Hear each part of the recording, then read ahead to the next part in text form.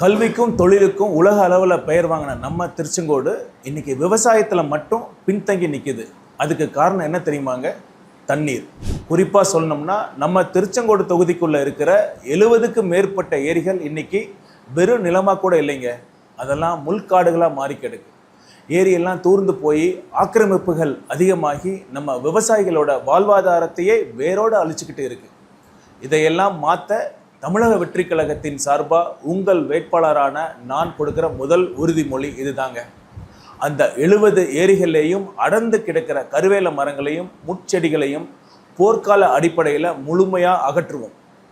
ஏரிகளை நல்லா ஆழப்படுத்தி மண்டல் மண்ணை எடுத்து நிறைய தண்ணி சேமிக்கிற அளவுக்கு அதோட கொள்ளளவை அதிகரிப்போம். ஏரியோட கரைகளை ஸ்ட்ராங்காக பலப்படுத்தி மழைக்காலங்களில் ஒரு சொட்டு மழைநீர் கூட வீணாகாமல் தடுத்து நிறுத்துவோம்.